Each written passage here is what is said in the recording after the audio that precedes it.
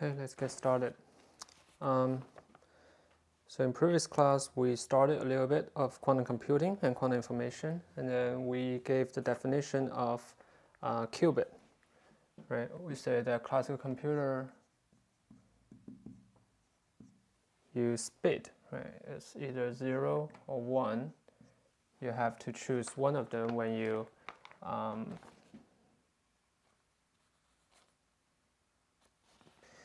you have to be either in 1 or 0. And then for the quantum, it's in qubit, which means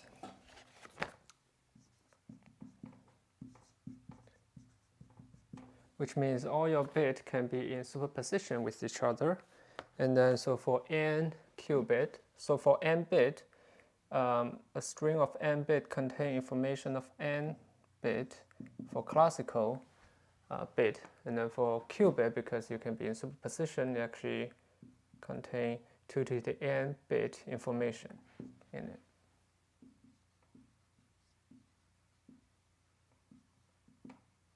And then we briefly explain the power of this exponential law, because when n equal to 300, the number is actually larger than all the atoms in the universe combined. Now, this basically explains why we should use quantum to, well, somehow as information purpose. The second one is computing, right? The computing actually you need, once you have a bit or you have a qubit, you actually need to manipulate it. Okay, so definition of computing is using one bit to control another bit. That's just the definition. If you don't have that, if you don't have the ability to have one to control another, then you're not computing. Okay, so for computing,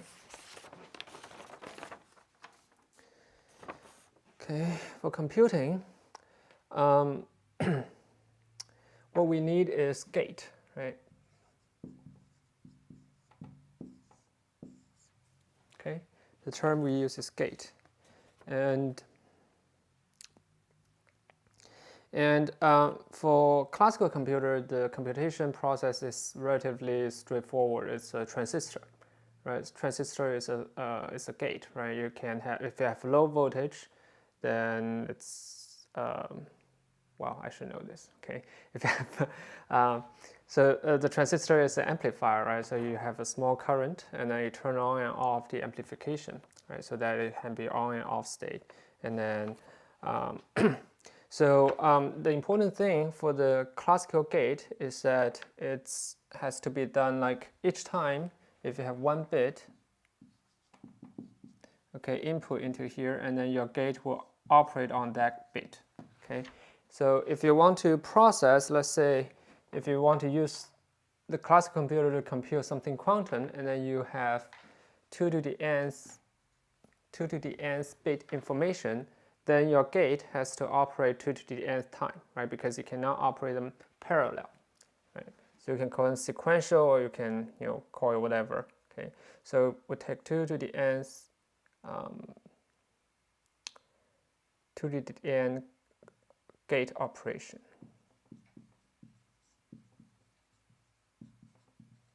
And then this, again, this is actually very critical, is because this can be a very large number, right? In principle, you can reuse the same gate, right? Because your information can be a time stamped, right? 1001, and then they arrive at the gate at different time.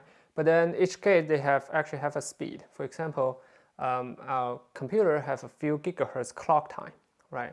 So what it means is that your computer compute, if it's 1 gigahertz, then your computer compute one time every 1 nanosecond, right? Let's say if we use a very good CPU, and then the gate time, it's 10 gigahertz, the CPU time, which is a little bit, well, probably twice higher than our laptops. So it can do one computation, one gate operation in 0.1 nanosecond. So it's 10 gigahertz operating clock speed. And if you set n equal to 100, right? N equal to 100, and then what you're calculating is that your calculation time will be 2 to the 100th, right? and it's 100, you want to calculate 2 to the nth state, 2 to the nth bit,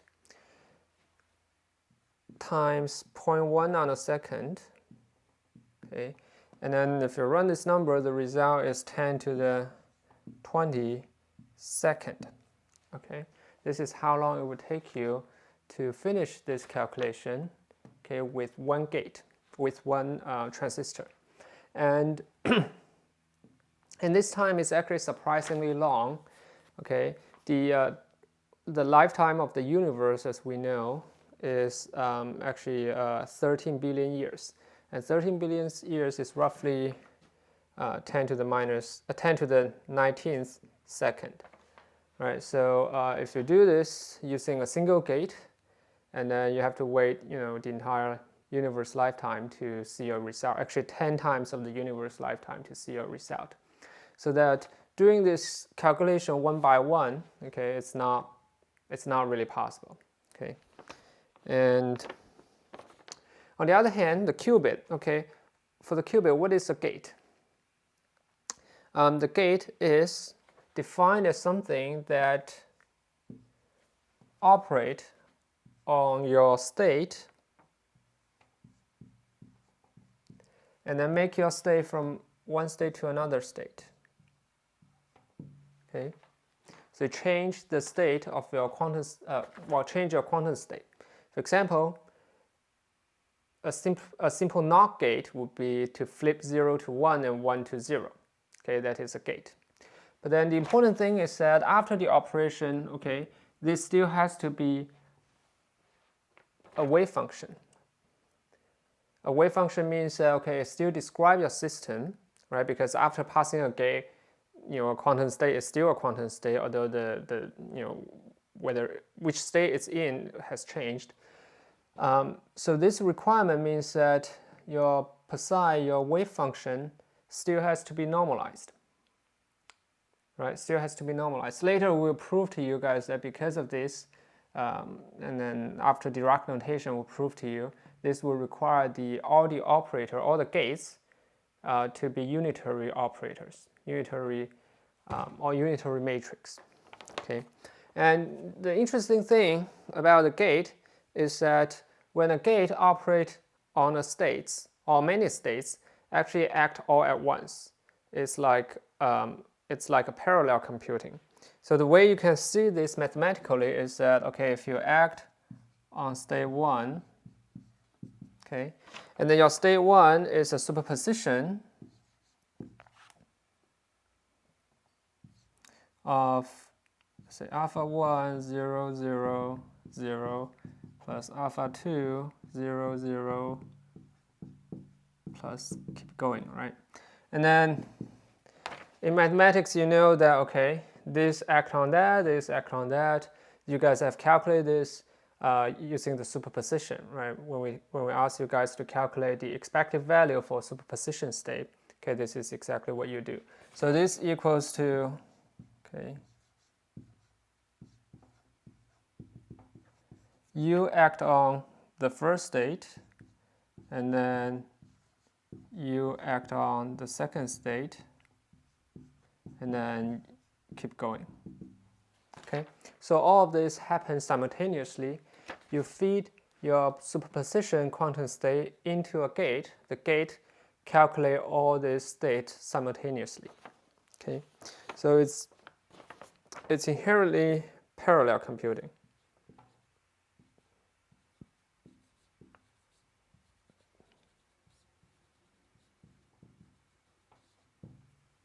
Okay, and so here we kind of illustrate to you guys, okay, why quantum computing might have an exponential advantage compared with classical computing. And you might wonder, okay, this all looks great, right? It looks great on paper, but why no one has been able to do it? Okay, the idea here is that although the information is stored, there are 2 to the nth information stored in n qubit. And then there's parallel computing to process them simultaneously.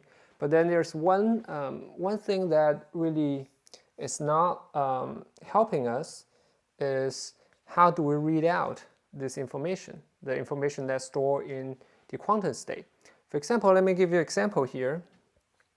Right, information is stored in the superposition coefficient. Right, let's give a very simple example. Let's say psi, there's a quantum state that's alpha, 0 state, and then beta. Let's use.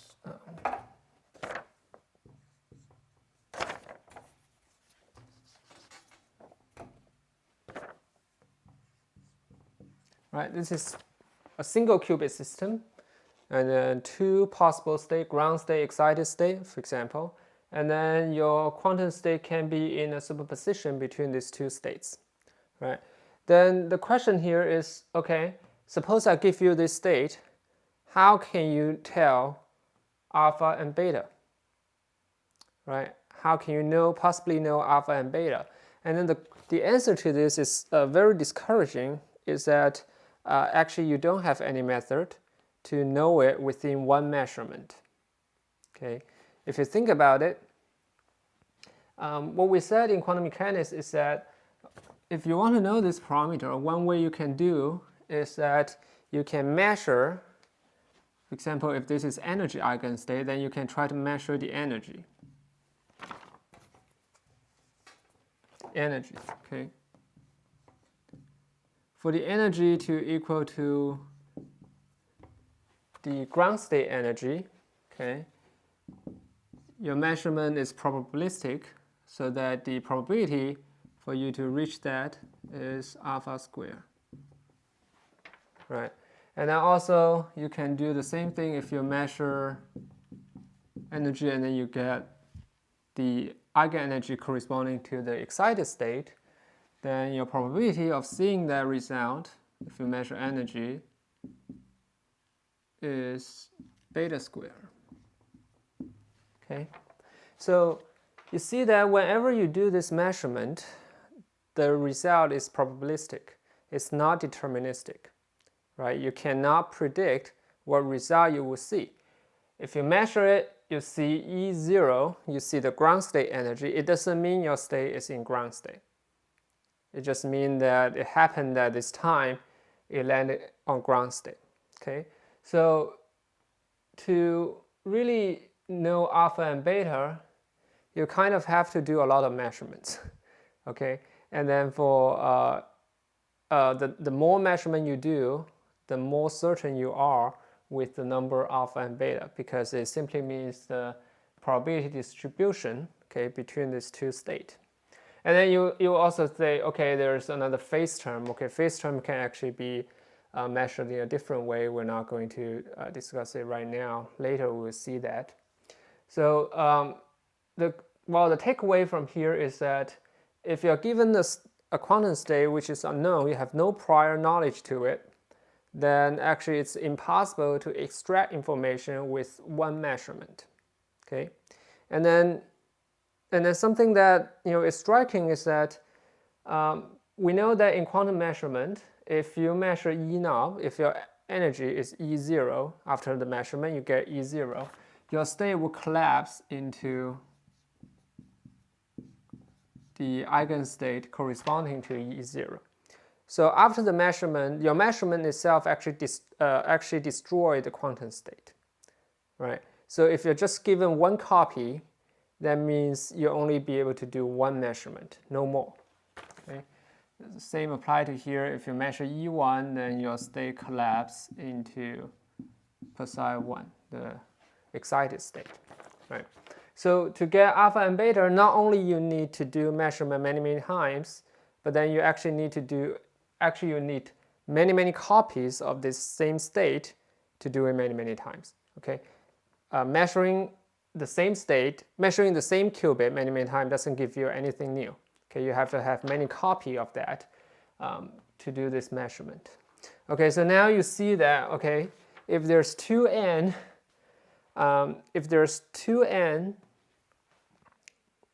parameters, 2 to the nth parameters in front of a state, okay, and then to know the value of them, you actually need to do at least 2 to the nth time measurement, right?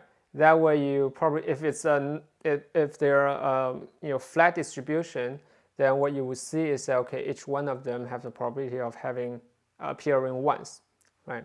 So because of this measurement constraint, okay, the quantum computing does not directly have an advantage over classical computing if you just use it as it is. Right? You actually need to be very smart and then figure out some measurement schematic, okay, to make it work. And so actually before 1990s, most people kind of embrace the concept of quantum computing, but really don't see if there will be an advantage because of this argument, okay, the measurement thing here. And it was I think it's in 1992 or 1993 that Peter Shor, a scientist at the time, I think, Bell Lab, so he discovered the Shor algorithm that you can use quantum computing, okay, to exponentially speed up the large number factoring problem, right? Factor a large number into many prime numbers.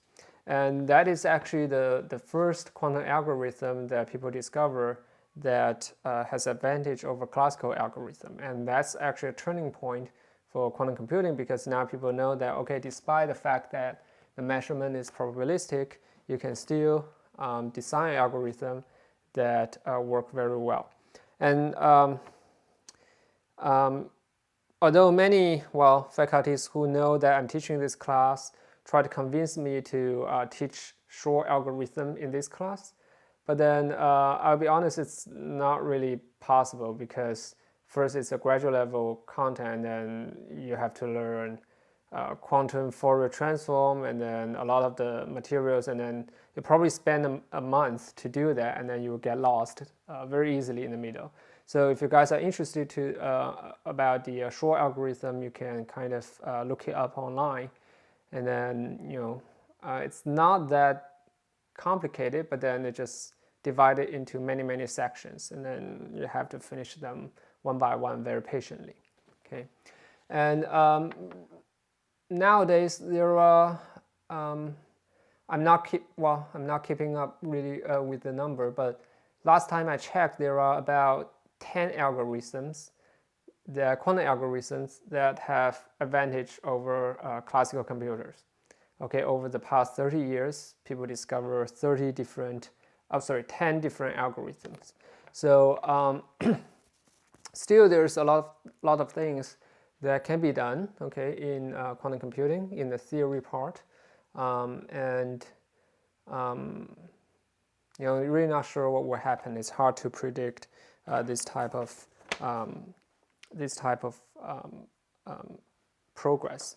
So one thing that will kind of tell you, okay, here, the fact that you need to do many measurements to get alpha and beta, which is very bad, right, for computing purpose. Also, each measurement destroy your original qubit. Okay, also very bad. But if you look at it from a different perspective, if you're encoding information into alpha and beta, what it means is that, and then you send it to another people, what it means is that no one can break this information, okay? Because with a single measurement, they can know nothing, right? They can know nothing, and this is become a quite famous theorem. It's called quantum non-cloning theorem.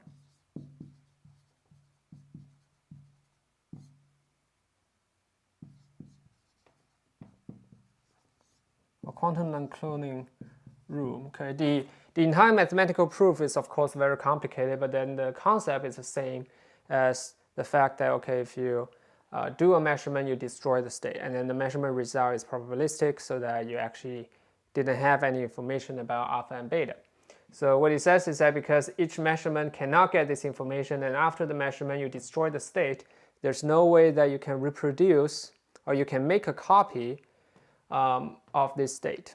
Okay, so this is called non-cloning rule, and this is actually a the critical part in quantum information. So quantum information naturally would be impossible to break, and thus is, you can think of it exponentially or whatever, fundamentally better than classical information transfer. Okay, and then we'll actually give you guys an example in 1 or 2 weeks to show you a protocol that how you can distribute a key, okay, between two parties, and then without anyone be able to break it, and also you can actually know if anyone is trying to break into the system.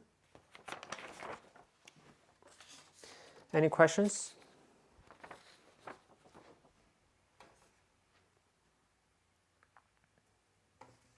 Does the operator U have to correspond to an observable? That's a great question. No, you sometimes it's observable, but most of the time it's not. Okay, so later you will see that U is unitary, so its definition is this. Okay, so it's conjugate transpose times U itself gives you identity matrix. Okay, identity operator, which means that this thing is reversible, right? You apply it once, you apply the reverse, it gives you nothing. Okay, so the gate is reversible. But then the observable condition is that the unitary operator is equal to the conjugate transpose, right? This is the definition of unitary, and then this will guarantee that your eigenvalue of this operator is real. Okay, then it becomes observable, so that you can see that for gate, okay, U, if you satisfy this,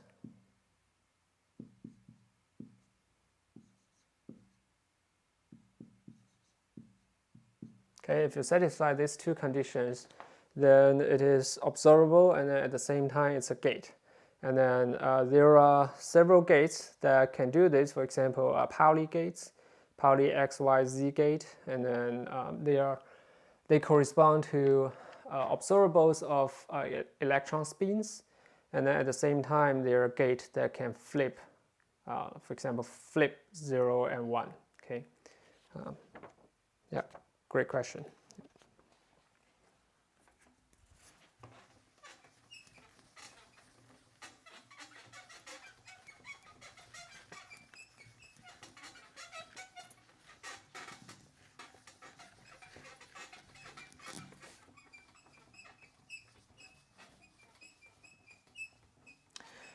Now, before we can actually discuss any quantum computing or information schematic or algorithm, we have to introduce a common notation that's Dirac notation. Okay, the idea for this is that if you guys think about how you program on computer, right? There's a language you need to learn. Okay, and going down there. In each CPU, okay, if you use different CPU, they actually have different structure. The gate is a little bit different, and then the voltage they use is a little different. But for all the CPU, they have binary bit, right, 0 and 1, and then there's some common gate based on that, so that the people that design the operation system, all they need to know is that okay, that CPU operate on 0 and 1.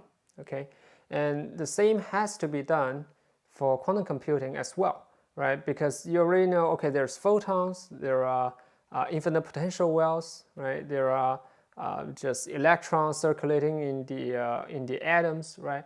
So there are many different physical systems. So so if you want to discuss quantum computing and quantum information in a systematic way, you kind of have to go above that and then define, okay, a language or notation that define, okay, 0 and 1, and what is superposition, what is inner product, all these things. And then the notation we're going to discuss here is called Dirac notation.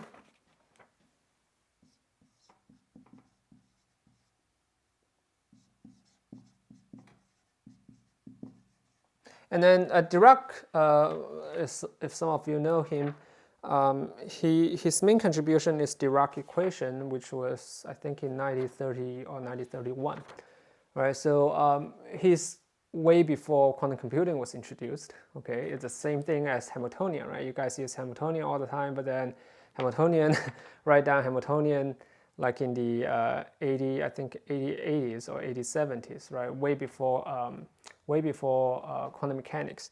So Dirac notation was introduced by Dirac simply because physicists are lazy, right? We don't want to write down wave function all the time. Okay, but then the central idea behind this is that for any quantum system, okay, let's say if you have infinite potential well, electron inside, okay, or if you're an atom, electron circulating around an atom,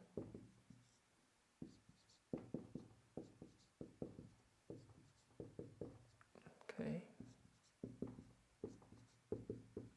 or even your harmonic oscillator, something that is in common is that first, most of the time you will have discrete quantum state, right? You have ground state, first excited state, second excited state, and etc.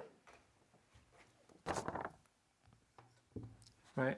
So if you draw the comparison to classical computer, what that means is that each one of them is just a number to you. Right? Each one of them is a number. It doesn't matter. Well, when we say something is in ground state, it doesn't really matter which physical system are you using. You can always write it down, okay, ground state as psi 0, okay? Or you can assign psi 0 to other things. It doesn't have to be this one. And then the second state, you can write it down psi 1 and then psi 2 and keep going, right? So you can write down all this state in this way, not concerning what the actual wave function looks like, okay? And the only thing, well, later we'll show it to you guys. The only thing that you should care about is, okay, how you can change from psi. Okay, how can you change from one state to another state, right? That's an operation, right? That's an operation. If you flip from 0 to 1, and then from 1 to 0, that's a NOT gate, right? That's a NOT gate. So how they interact, again, is the important thing. And then later you will see that, okay, of course, every one of them can be interacting with each other under certain condition, so that the interaction will later just be a number, okay? It's no longer a physical Hamiltonian that you need to calculate, it's just a simple number to represent the interaction between them, okay? And then that's actually using the Pauli matrix, okay? So there's actually a lot of, it's very beneficial, okay, if we simplify, or if we kind of go above the wave function description and just think about these states, right? These states, and then if you use these states as qubit, then the wave function actually doesn't matter that much to you, okay? And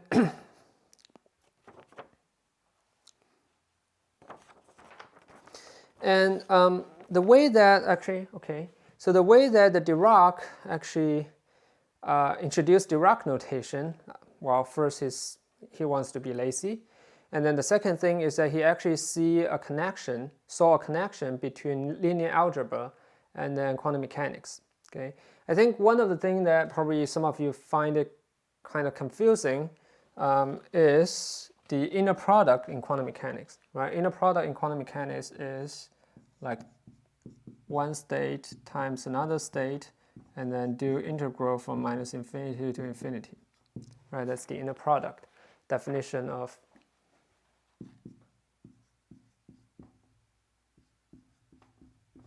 inner product. And we explained a little bit that this can actually be imagined. You can kind of interpret this as like a vector, okay? And then we will kind of revisit this again and then show you, okay, how the comparison between linear algebra and this inner product give you Dirac notation, okay? So first, in linear algebra, if you want to, let's say you have a vector that is A, B, C, okay, three-dimensional space, but then here A, B, C, they can be complex number, okay, they can be complex number. Then if you want to know the amplitude square of the vector, right, if you want to know the, or you can think of it as if you want to know the distance of the, or the length of the vector, then all you need to do is that you take the amplitude square of A and the amplitude square of B and then amplitude square of C. Okay, you do this calculation and then this will give you the length of your vector. And if you write this down in a matrix form, right, matrix form, let's say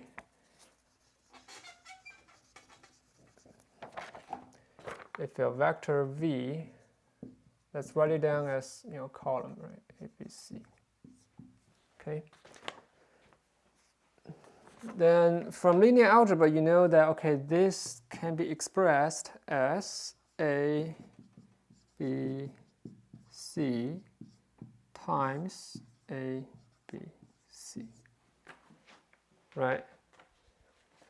The first row times the first column, second row times second column, that's the matrix multiplexing in multiplication in the linear algebra, right? So what they are here, okay, what they are here is that by definition, okay, by definition, this is called V dagger times V, okay, or inner product. So V dagger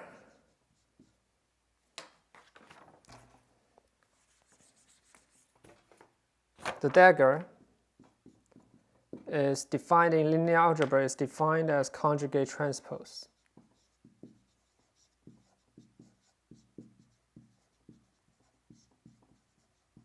Okay, so what it does is that, for example, if you have a matrix,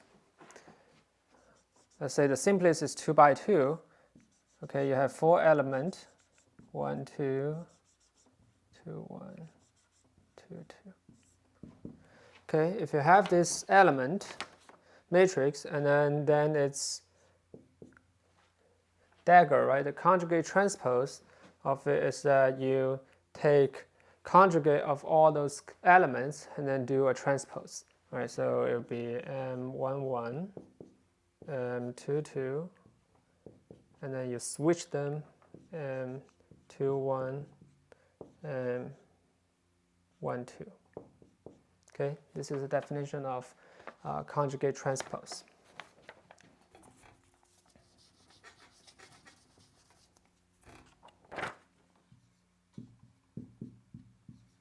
So you see that the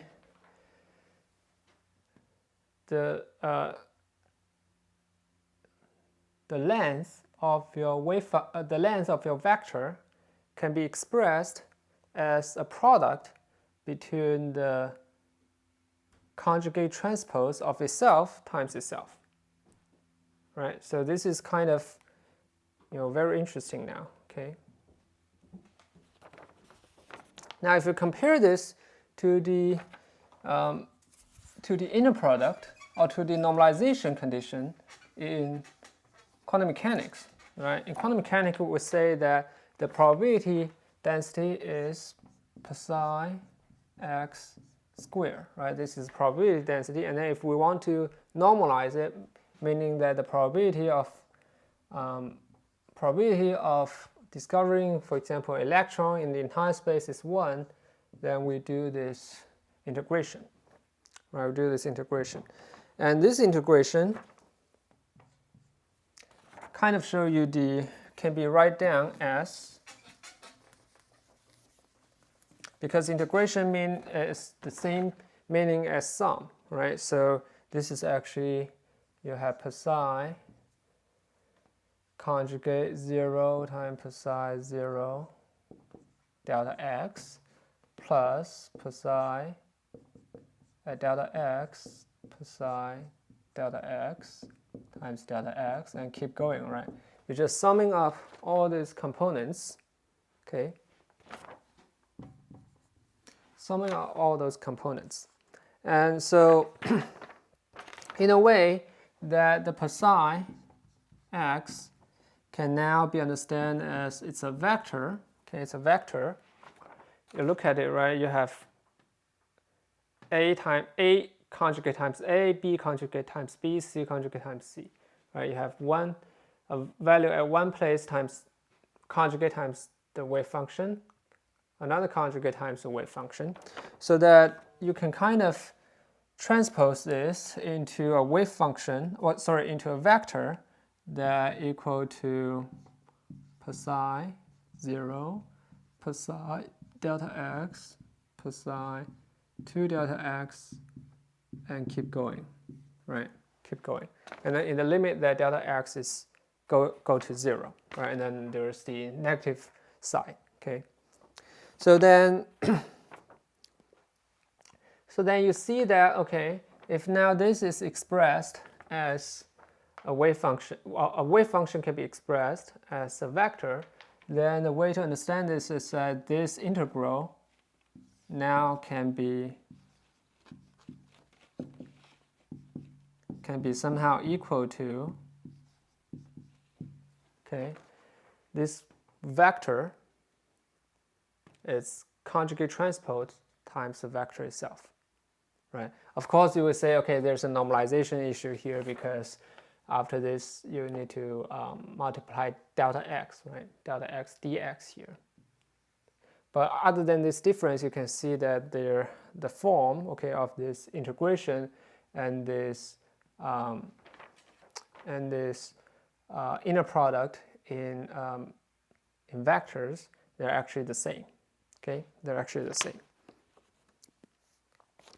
So Dirac kind of observed these interesting similarities, and then something that he defined. Okay, he defined is that now we need a wave function.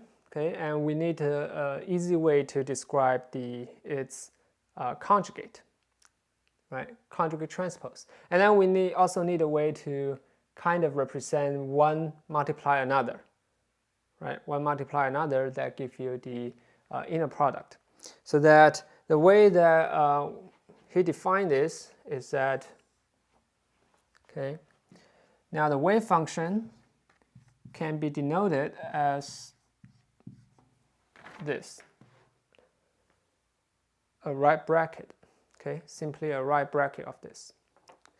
And then the conjugate transpose, okay, it's not just a star, it's a conjugate transpose.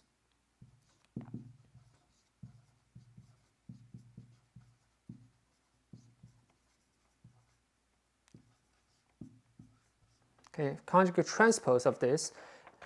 Later you will see the difference, okay, the conjugate versus conjugate transpose is actually not the same. It can be denoted as the left bracket. Okay, there's a left bracket. And then what we mean by inner product, okay, he defined then, okay, inner product is defined if you have one left bracket act on a right bracket, okay, right bracket, and by definition, this is definition, okay, this is straight out definition, is equal to doing the integration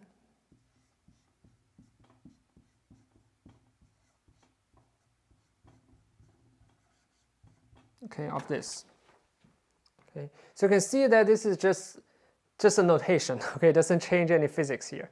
It simply means that, okay, you write the wave function in a certain way and you write the conjugate transpose in another way, so that it agree with the linear algebra, and then you define, okay, an inner product that agrees with the definition in quantum mechanics. Okay, in quantum mechanics, the inner product of something means this integration of these two.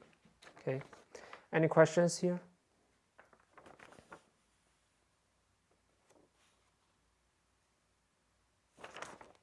Okay.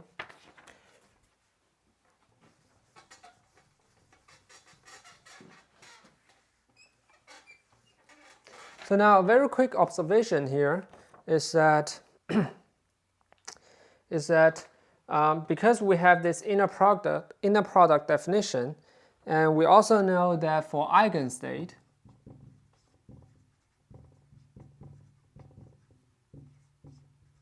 okay, for eigenstate you have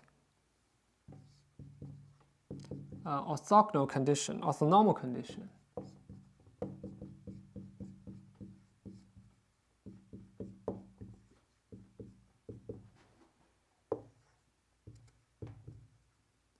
Right, this could be eigenstate of anything, right? It could be your position operator, momentum operator, or your Hamiltonian. And the integration is 0 when n not equal to m. Integration is 1 when n equal to m. Right? So that you can very easily get, okay, because this is also the definition of inner product, okay, left bracket of psi n act on right bracket of psi m. Right? Just use the definition here. We see this means that inner product of them, and this gives you a delta function. Okay, this gives you a delta function.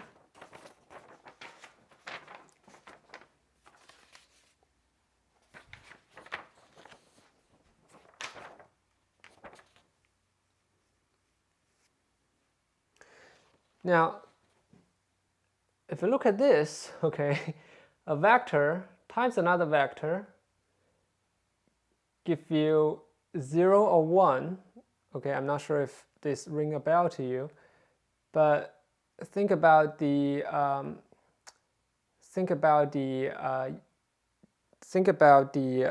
for example, if you have a coordinate x, y, z, right, and then you have the unit vector. Unit vector is the vector that pointing towards x-axis, and then the length is 1, ex, and then also vector that pointing to y direction, vector pointing to z direction. Right? These are the unit vectors. And then for these vectors, you can see that ex times ex is 1, right? Because we say that their unit length, right? And also uy is 1.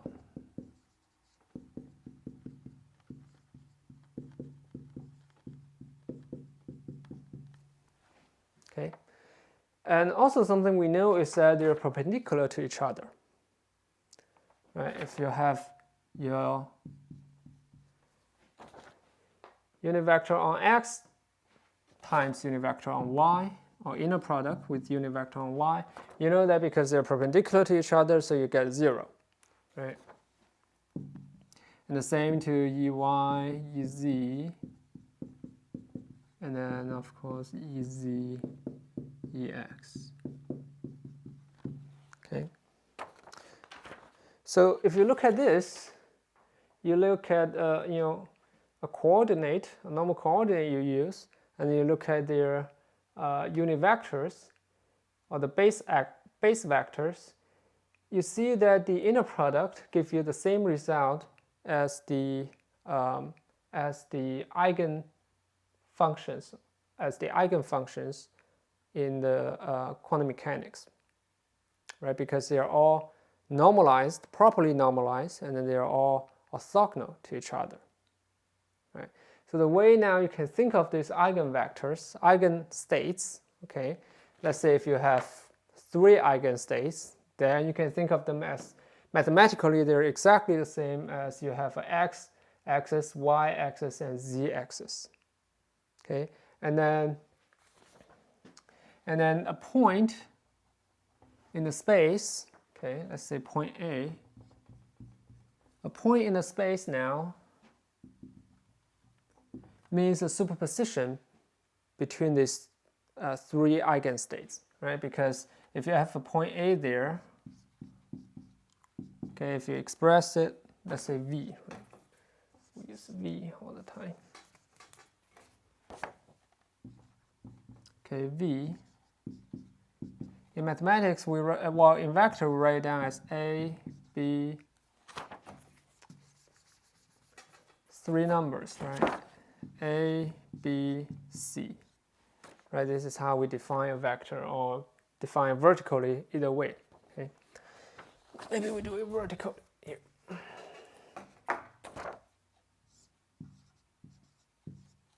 Okay, and then we also know that this is simply A times your unit vector on X or base vector on X, and then B times your base vector on Y, and then C times your base vector on Z. Right? It's just three components on X, Y, Z position, X, Y, Z direction. Okay, so this is actually the same as if you write down a state, and then they're in superposition between the ground state, first excited state, and then right, and then and the second excited state. All right, if you look at them, okay, these are just three numbers, and then these are three vectors, and then these vectors are properly normalized, and then these vectors are orthogonal to each other. All right, so mathematically, I write it down in this way, and then I write it down in that way. There's no difference mathematically. Okay, so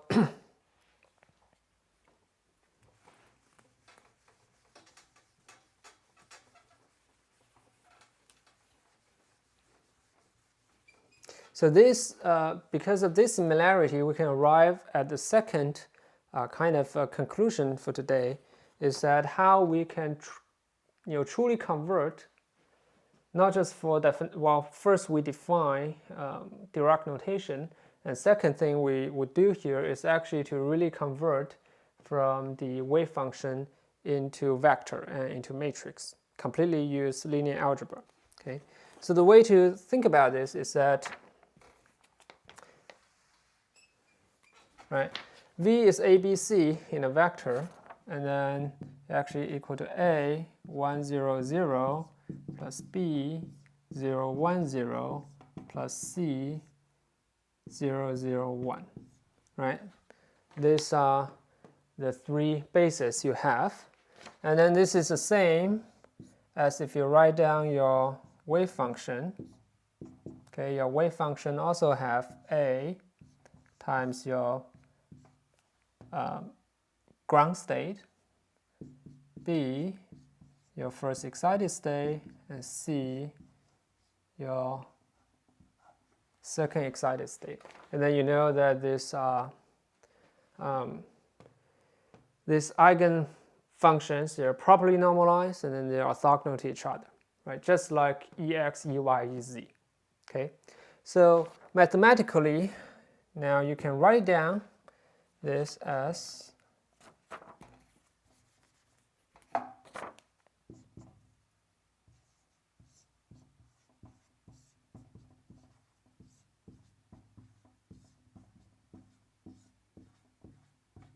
okay, you can draw a similarity between the basis vector and then your eigenstates. Okay, mathematically they're the same thing, and thus you can actually define your vector, well, your wave function as a vector now. Okay, as a vector now. So this is kind of something that you can use it again and again. Okay, in the second half of this semester, that a wave function, or sorry, an eigenfunction. Okay, if you want to use it in a vector form, then you can go to 1. Okay, there's m minus 1 0, and then keep going.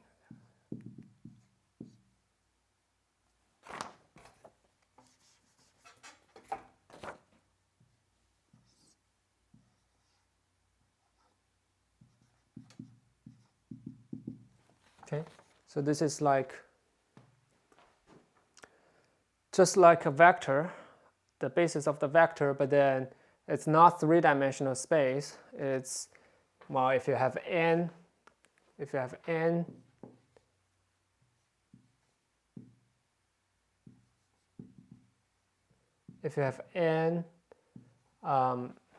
eigenstates, then you'll have n dimension. Okay, and this is called, and you will see that if you're in okay, and you see that this people actually call this Hilbert space. Okay, this is Hilbert space. Your wave function, your eigenfunction, okay, give you a geometry space, okay, that's more than three-dimensional. Okay, and this is don't overthink this. Don't think that we live in a multi-dimensional space. It's not like that. It's just mathematically you can use this to represent the algebra between the wave functions. Okay. Any questions here?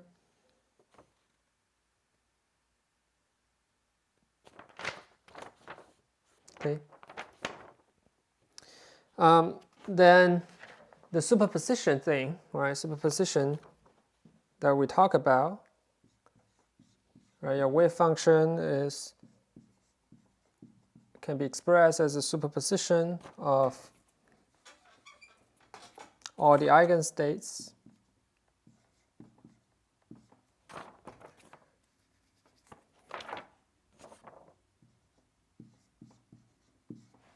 right, superposition of all the eigenstate, and because each eigenstate is just a base vector, then this can be written down as alpha 1, alpha 2, keep going, alpha n. Okay, alpha n. So this greatly simplifies, if you think about it, this eliminates the difference between physical systems, right? No matter what system you're using, as long, well, you always have eigenstates, then you can always use the same mathematical expression to express your states, right? And yes. Any questions here? Like a lot of times when we have the wave functions, like, well, we refer to them as having infinite dimensions, but here we kind of have, sounds more finite when we say n dimensions. Would that be like, because for instance, like if you had a finite potential well, and like at some point you would get to the energy states where you would be losing electrons, so are we saying we have n dimensions where like we aren't losing an electron kind of thing, or is it like? Yeah. Yeah, I get your question. Yeah, this is a great question. So ideally, right, it's always infinite dimension, right, because we're not putting a hard limit there. But just as the infinite potential, well, you can think about it, is that if you want to go from ground state to the nth state, the energy you need is the energy difference between En and then E1, right? You need that much energy to go there. So in reality, in actual quantum computing, you can just restrict the number of, well, the amount of energy you put into the system, right? So that way you restrict, usually people use the ground state and the first excited state, and that's it. And then you can actually calculate that, okay, as long as there's not much of thermal energy around, so the electron won't accidentally get some energy, and then you are precisely controlling how much energy you put in there, you can just use 2 of them or n of them. And then the rest of the state is there, but then the electron has no chance of going there, so you can just ignore those states. Okay, very good question. Okay, so now let's introduce the concept let's introduce the second thing, okay, when we do this vector thing. So in previously in solving Schrodinger equation and everything like that, you see that the 2 important things, one is that, okay, there's a state. The second is that there's operator, right? Position has position operator, Moment has momentum operator, and then there are other operator. So now if you change your state into vectors, how would your operator change, right? Now your state from, 1 second.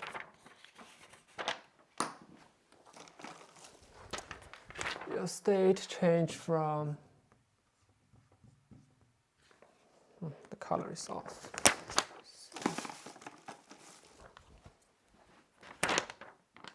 Okay, your state changed from function to vector. Okay.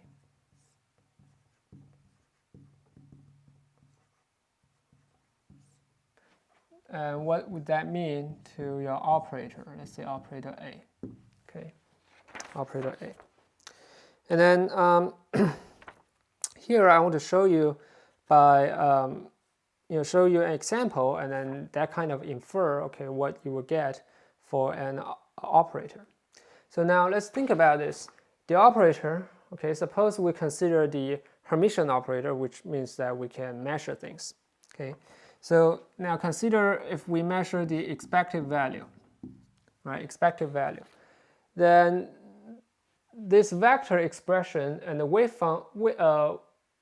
function expression should give me the same expected value, right? Because no matter what mathematics you use, the observables are there. Okay, they're real. Okay. So if we use the wave function expression, then you see that it's integration psi, your wave function conjugate, and then your operator act on your wave function. Right? This is your definition, and then we can also use the fact that your wave function can be expressed as superposition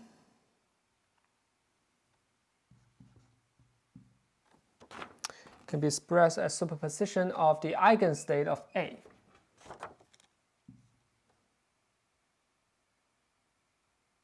Actually, no. It can be just any eigenstates.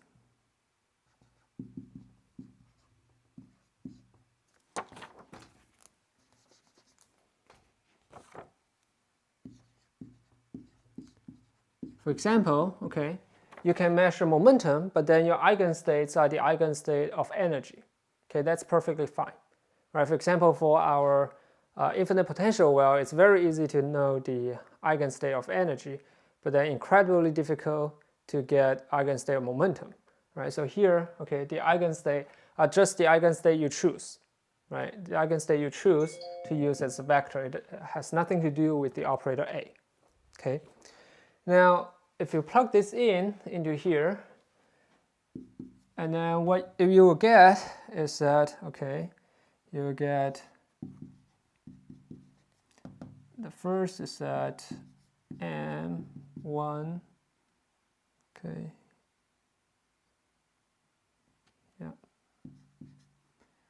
psi alpha, alpha M conjugate, and then psi M conjugate X, and then A, A act on another sum alpha N psi N. And then we know that alpha are just numbers, right? You can get it out, and then sum integral are the same thing. You can switch their order. So that what you get is you can get the sum to the outside n m from 1 to n. You move the sum to the out, and then you have alpha n times. There's a slight difference between here and the note. Let me just make it the same. The first one is alpha n.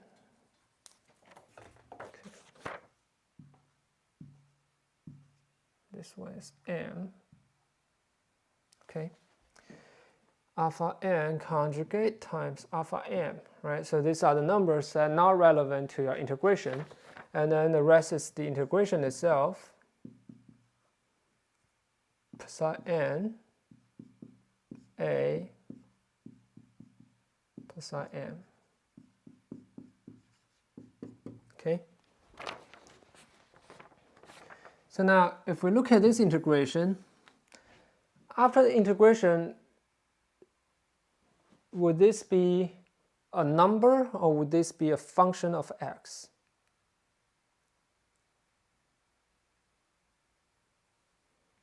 We're integrating over x, right? So whatever function you have after this integration is no longer a function of x, right? It's just a number, okay?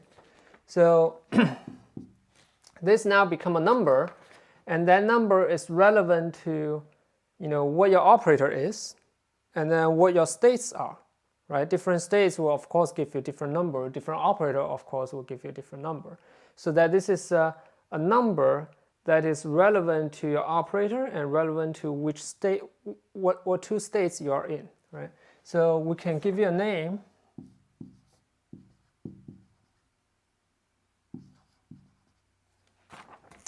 Alpha n.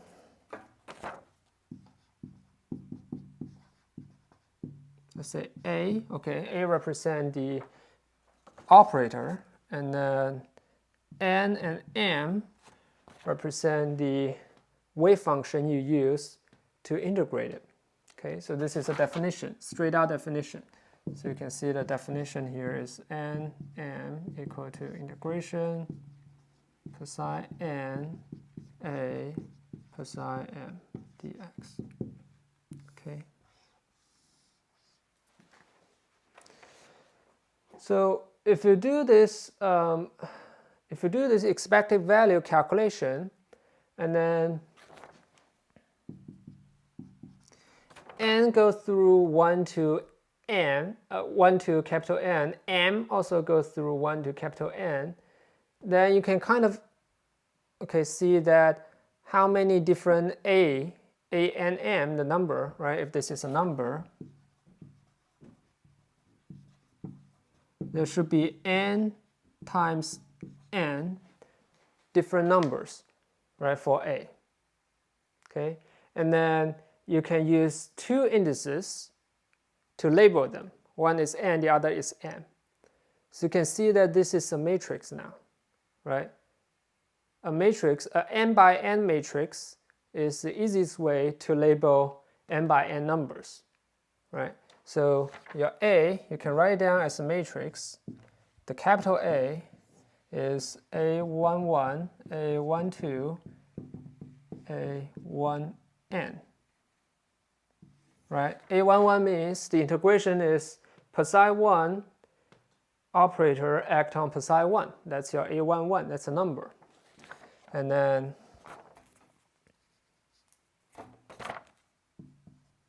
A12, A21, A22, keep going, A2n. And then also keep going, and then you have AN1, AN2, ANN. Okay? So what this means is that what this means is that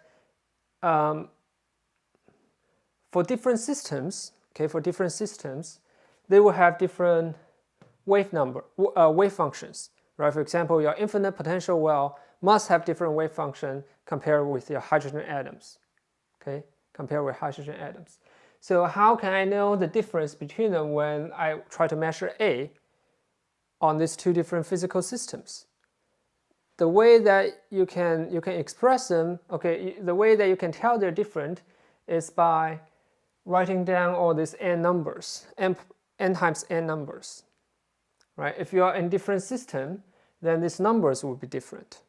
And these n by n numbers give you complete information of what you will get if you measure the expected values, right? And then the misconception is that some of you might think, okay, but then one is a function, one is a number. How can you reduce that? The fact is that you actually need a wave function to calculate this number, right? So it's not like we're bypassing the physical system and say, okay, there's a matrix there. No, we're saying that we're just making this integration, okay? We're just making this integration first, and then we're just getting this number out of the integration to this matrix, right? So it's like we did the calculation for the operator, okay, so that you can use it when calculating expected value, okay? And and I want to show this, yes, before I let you guys go, is that now we have the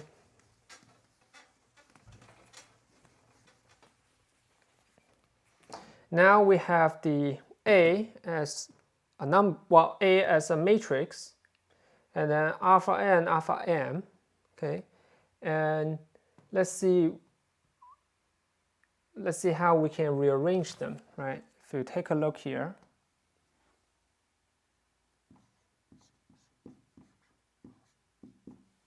again, it's inner product, right? Inner product. So you can actually write it down as,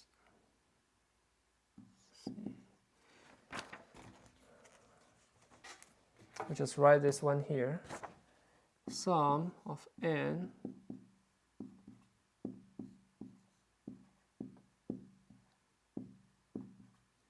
okay, alpha n, a, n, m, alpha n. Okay, this is actually exactly the same as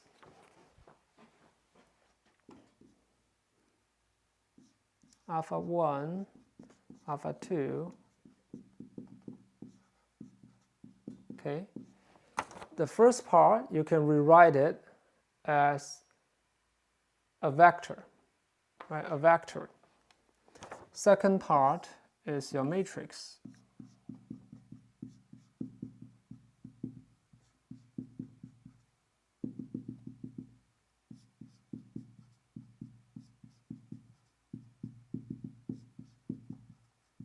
And then the third part is again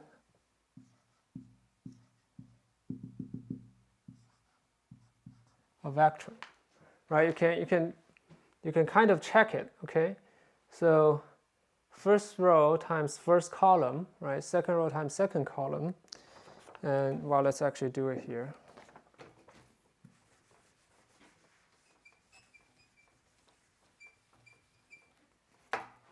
So if you calculate this, take this part first. First row, first column, second row, second column, then it become become a vector, right? So vector is a11 alpha 1 plus a12 alpha 2 plus keep going a1n alpha n. You see the indices match, okay? 1, 1, 2, 2, n, n, right? M match with M here, okay? And then you keep going, A21 alpha 1 plus A22 alpha 2, keep going, A2n alpha n. Okay, and also you know what's going on here, okay, keep going, and then on the left, we also write down alpha 1 conjugate alpha 2 conjugate. Okay, and then on the left you see here, okay, now this is a horizontal, this is a horizontal vector, okay, this is a vertical one, right? So when you multiply this again, first row multiply first column, right? First row multiply first column, then you see alpha 1 times with all this, okay? Alpha 1 times with all this, so equal to alpha 1 a11 alpha 1 plus a12 alpha 2, keep going, a1n alpha n, and then plus, okay, the second one, alpha 2 conjugate times the second element in the column, right? So alpha 2, A21, A22, A2n. So you see that the indices from the vector on the left, okay, the indices matches the first indices, okay, the first indices of the A, right? So it's exactly like n matches n here, right? N matches n here. So that here you can show that, okay, what we've done here is we proved to you guys that this sum, okay, of this one can actually be written down as a vector times a matrix times a vector, right? It's the same, mathematically they're the same. And then if you write this in a Dirac notation, if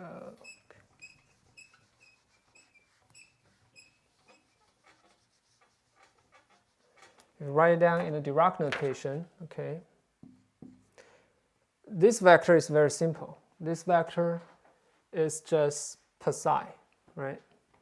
This vector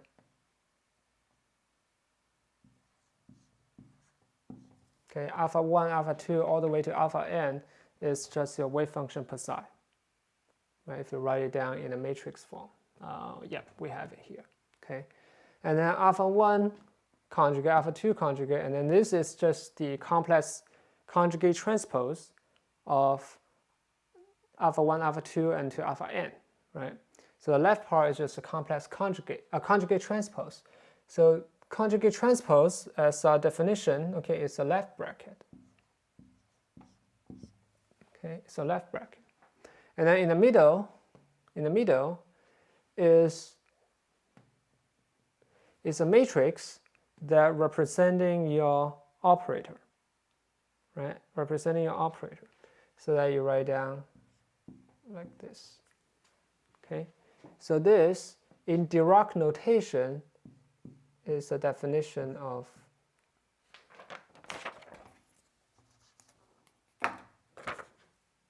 SA.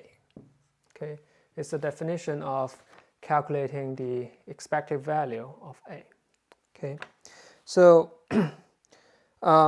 as a takeaway, quick summary here is that in Dirac notation,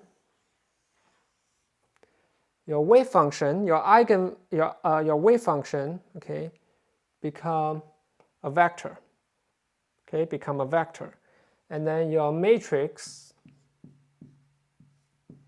your operator becomes a matrix, right? Becomes a matrix, and this way we can make the transition from wave function and then doing all this integral to a linear algebra, okay, which are more kind of well-defined. And then nowadays, actually, it's very funny. Probably half of the theoreticians in quantum computing are actually mathematicians. For example, Peter Shor himself is a mathematician. He's not a physicist, okay, and because they are actually very, very good at linear algebra, okay. And that is all for today, and I'll stay here for a few more minutes.